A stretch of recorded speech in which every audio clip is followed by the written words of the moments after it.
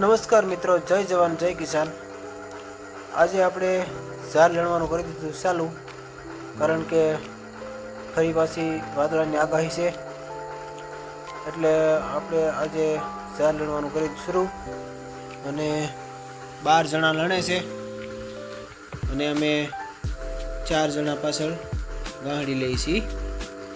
આ રીતના કહડા છે, દેશી એસીઓ જુવાર છે।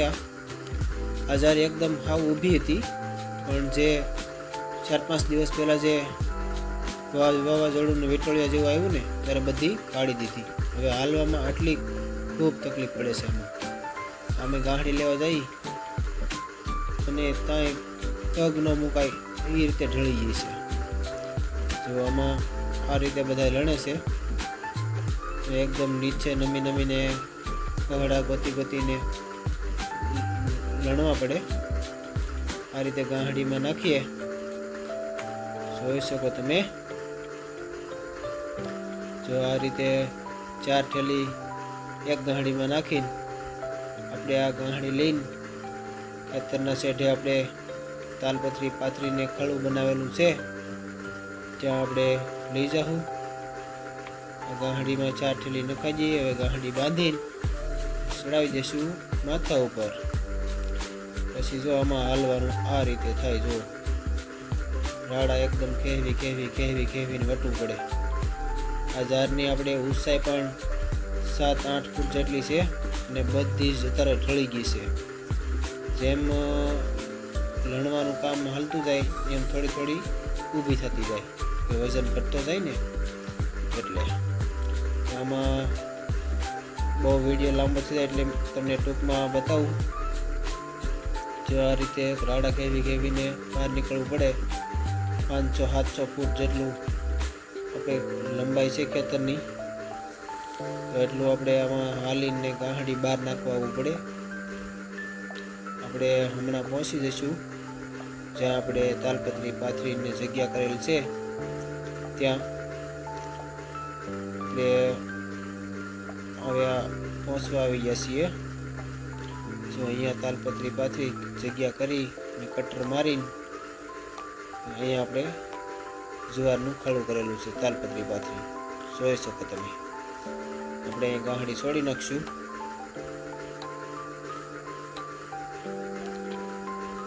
તો આ રીતે આવા કહડા છે અમારે દેશી જુવારના, જોઈ શકો તમે।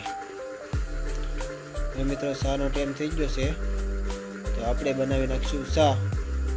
અને તો આપણે જે જુવાર લણવાવાળા માણસો છે એ બધાય શેઢે પૂગવા બહાર નીકળે એટલે આપણે ચા બનાવીને ચા અને પાણી લઈને જઈશું। આ રીતે આપણે અહીંયા આ 10 વીઘાની ઝાર છે, ત્યાં આપણે આ વાડી છે। આ વાડીનું નામ અમારે ઢોરો રાખવામાં આવેલ છે, ઢોરો કહેવામાં આવે, કારણ કે આ આખા ગામ કરતાં ઊંચાઈમાં વાડી આવેલી છે, એટલે આ જગ્યાનું નામ ઢોરો છે। ઢોરાની વાડીની 10 વીઘાની ઝાર છે। આજે લણવાનું ચાલુ કર્યું છે। આજે લણવાવાળા ખાલી 12 જણા છે, અને બાકી અમે 4-5 ભાઈઓ પાછળ જે લણે એની ગાંહડીઓ બહાર કાઢતા જઈએ અને તાલપત્રી પાથરીને તેમાં સૂકવતા જઈએ।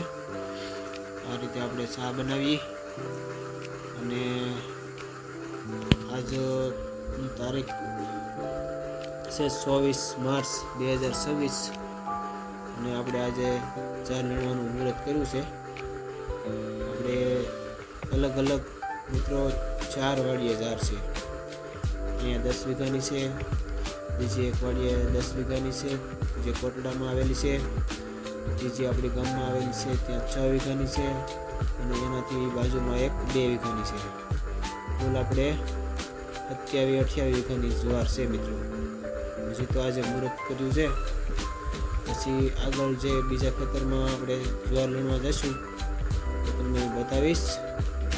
આપણી ચા હમણાં પાકવા આવી છે, બાકી એટલે મોરસ નાખી દઈએ।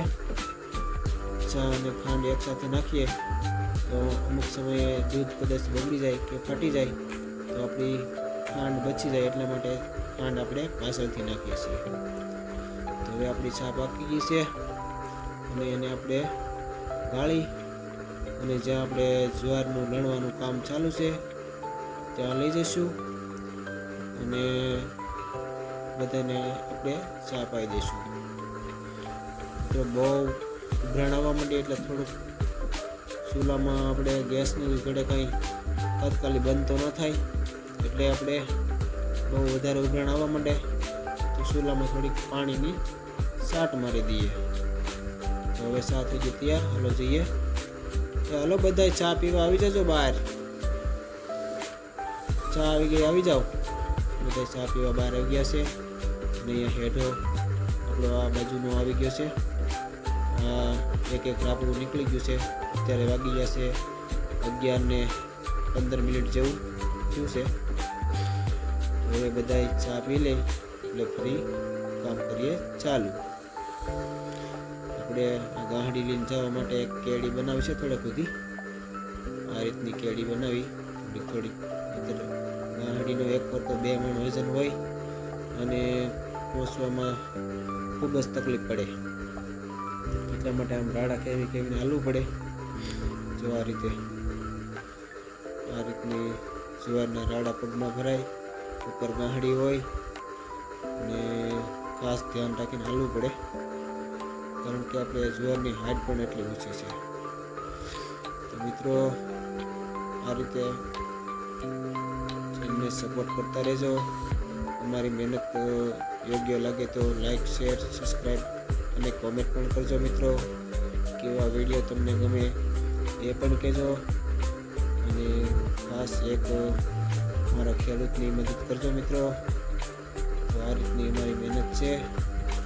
હાલ અમારે જુવાર લણવાની મજૂરી એક દિવસની 500 રૂપિયા હાલે છે. તેમ છતાં પણ મજૂર મળતા નથી અને હાલમાં જુવારના ભાવની વાત કરીએ તો 600 થી 700 અને ઊંચામાં 700 રૂપિયા ભાવ હાલે છે 20 કિલોના. તો મિત્રો આમાં જુવારમાં ખર્ચો ખૂબ જ લાગે છે. આજે અમે 12 અને 4 કુલ 18 જણા કામે આવેલ હતા. લગભગ 3.5 થી 4 વીઘા જેવું ખાલી લણાઈ રહ્યું છે, હજી વાઢવાનું બાકી. તો આ રીતનો જુવારમાં હવે તમને ઉતારો કેટલો આવશે એ હું તમને આગળ જુવાર કાઢશું, વજન કરશું ત્યારે હું તમને બતાવીશ. તો મિત્રો અમારી ચેનલમાં બન્યા રહેજો અને તમને વિડીયો કેવો લાગે કમેન્ટમાં જણાવજો. અને અમારું ગામ છે દયાળ, તાલુકો મહુવા, જિલ્લો ભાવનગર. તો મિત્રો કોમેન્ટ પણ કરતા રહેજો, લાઈક, શેર અને સબસ્ક્રાઈબ પણ કરતા રહેજો. આ રીતની અમારે જુવાર છે મિત્રો. આ જુવાર આપણે 22 ઇંચના અંતરે રાપે વાવેલ હતી. તેમ છતાં પણ જે વીટળીઓ અને થોડાક છાંટા આવ્યા એટલે ઝાડ ઢળવા માંડી. નહીંતર હજી આપણે આ ઝાડ 5-7 દિવસ સુધી લણવાની નહોતી, પણ જે માવઠા રૂપી જે વંટોળિયો આવ્યો એને આ ઝાડ પાડી દીધી અને જે એમના વથા છે એકદમ જમીને નીચે આવી ગયા. વળી પાછો જો વરસાદ થાય તો પૂરી નુકસાની થઈ જાય, એટલા માટે હવે લણવી જરૂરી હતી. એટલે આજે આપણે લણવાનું કરી દીધું છે ચાલુ. હવે મિત્રો જો અમારા વિડીયો તમને ગમે તો સપોર્ટ કરતા રહેજો. આપણે અહીંયા ગાંહડી નાખી દઈશું. આ રીતે ગાંહડી નાખીને છોડીને હલવી નાખીએ એટલે ડાયરેક્ટ આપણા ગહડા છે ડાયરેક્ટ પોળા નખાય એટલે ઉકાતા જાય. અને 6-7 દિવસ આને સૂકવીએ, ત્યાર પછી હલર લાવશું ત્યારે તમને બતાવીશ. આ રીતનું છે, આવા ગહડા છે મિત્રો, જોઈ શકો તમે. જો આમની કહડા છે, આમાંથી હારા કહડા વીણી અને બિયારણ માટે રાખી લઈશું. ગયા વર્ષે પણ આપણે એ રીતે જ બિયારણ રાખ્યું હતું. અને આવી લાઇટ છે ઝાડની, અને લાઇટ એકદમ બહુ વ્હાઇટ હતી, પણ જ્યારે થોડાક છાંટા અને ઝાકળ વધારે પડ્યો ને ત્યાર પછી થોડીક લાઇટ ડીમ થઈ. હજી સારી છે, પણ થોડીક લાઇટ તો પણ ડીમ થઈ છે. તો આના આપણે થોડાક દાણા કાઢી તમને બતાવું કેવો દાણો થાય આ દેશી એશિયો જુવાર. એશિયો જુવાર એટલે કહેવામાં આવે છે મિત્રો કે 80 દિવસમાં, ફક્ત 80 દિવસમાં પાકી જાય છે.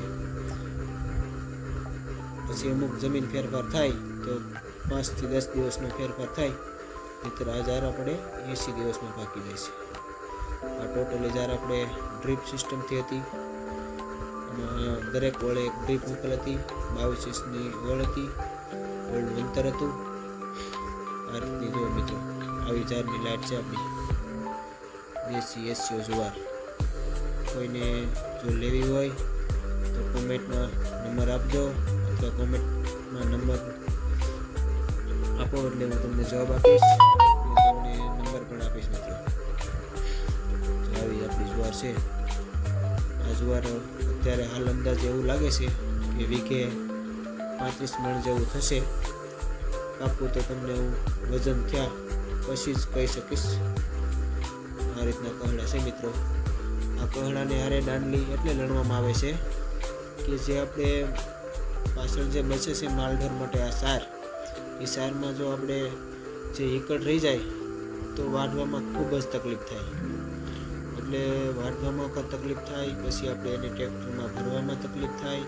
ટ્રેક્ટરમાંથી ભર્યા પછી આપણે જે ઘરે આપણે ગોડાઉનમાં મેળામાં નાખવામાં તકલીફ થાય.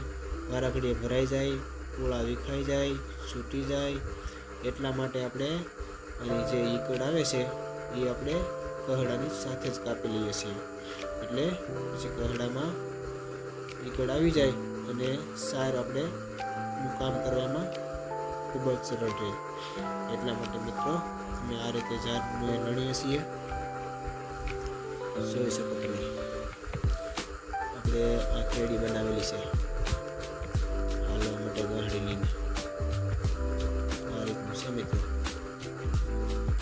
તો મિત્રો સપોર્ટ કરતા રહેજો. આપ સૌનો આભાર. વિડીયો પૂરો જોજો. અને હવે આપણે પડવા વિશે હા જ એટલે હજુ આપણે ગાડિયા છે નીકળી ગયા છે બહાર. અને હવે આપણે ગાડી નાખી ત્યારબાદ ટ્રેક્ટર લઈ અને જતા રહીશું બધા માણસોને લઈને ગામમાં. અને કાલે પાછા મળીશું. કાલે ફરી વાર તમને હું કહીશ કે કેટલું કામ થયું એ.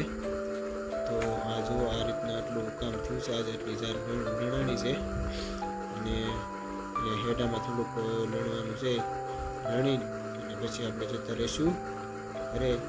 હવે તમે જોઈ શકો આ રીતનું અત્યારે લોક થઈ ગયું છે. થોડુંક વાદળ થયું છે અને દિવસ પણ આથમવાની તૈયારી છે. 6:30 મિનિટ થઈ ગઈ છે. જો મિત્રો આથમવાની તૈયારીમાં છે અને વાદળનું કંઈક આ રીતનું વાદળ થઈ ગયું છે અત્યારે. જોઈ શકો તમે જો સીન છે અત્યારે અમારે વાડીનું. વાડીની ઉપર આ રીતના વાદળ બતાય છે. જોઈ શકો તમે મિત્રો. ફરી પછી આગાહી 28થી પહેલી બીજી બધી છે. એટલા માટે આ જાર લણી લેવી જરૂરી છે. જો આ જુવાર ન લણીએ તો આમાં ઉગાવાનો પણ પ્રશ્ન રહે, ઉગવા માંડે. વળી પાછા વરસાદ આવ્યો હોય તો હવે આપણે જઈશું ઘરે. એટલા કહડા થયા છે આજના. લગભગ 3.5 વીઘાથી 4 વીઘા જેવું લણાઈ ગયું છે. આ રીતે આપણે કહડા નાખેલા છે અને અમે કહડા કહીએ છીએ. અમુક લોથા કહે. જુવારની જગ્યા કરેલ છે જુવાર નાખવા માટે એકદમ રસ્તાની કાંઠે, કે હલરને એવું લાવવામાં આપણને સરળતા રહે એટલા માટે. જો આટલા કહડા છે આજના. 12 જણાએ લણેલા છે. 4 જણા પાછળ ગાંહડીઓ નાખવામાં હતા. 1 જણું પાણી પીવડાવવામાં રહી. આ રીતનું મારું કામ હાલતું હતું આજે.